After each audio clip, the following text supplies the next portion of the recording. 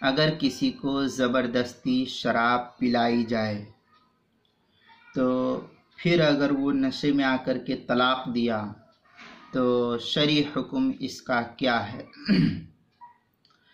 جواب: اگر کسی شخص کو زبردستی شراب منہ میں ڈال دی گئی، زبردستی اس کو شراب پلا دی گئی، جس سے اب اس کو ایک دم جوش کا نشہ چڑھ گیا، اب اس نشے کی حالت میں اگر اس نے طلاق کے کلمات کہے تو اس کی بیوی پر کوئی طلاق واقع نہیں ہوگی۔ اس مسئلے کو مستفاد کیا گیا ہے فتاوی دارالعلوم دیوبند کی 9ویں جلد 127 صفحے سے۔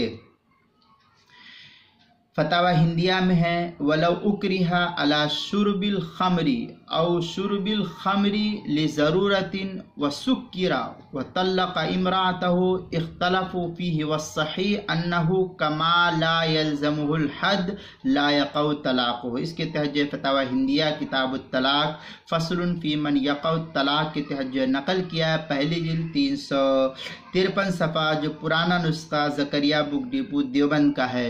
اسی طریقے سے شامیہ میں ہے فصححہ فی التحفۃ وغیرہا وعدم الوقوع، اس کے تحت جو ہے نقل کیا ہے فتاوی شامی کے کتاب الطلاق 4 جلد صفحہ 447 پر، جو زکریا بک ڈپو دیوبند کا چھپا ہوا نسخہ ہے۔ فتاوی قاضی خان میں بھی اسی طریقے سے ہے فصل فی طلاق من لا یعقلہ کے تحت جو ہے پہلی جلد صفحہ 286 پر، جو مکتبہ اتحاد بک ڈپو دیوبند کا چھپا ہوا ہے۔ فتاوی قاضی خان جو فتاوی ہندیہ کے حاشیے پر، اس کی پہلی جلد صفحہ 470 پر، فتح القدیر کتاب الطلاق 3 جلد صفحہ 473، جو اشرفی بک ڈپو دیوبند کا چھپا ہوا نسخہ ہے۔ کتاب المسائل کی 5ویں جلد صفحہ 72 اور 73 پر بھی اس کو نقل کیا گیا ہے۔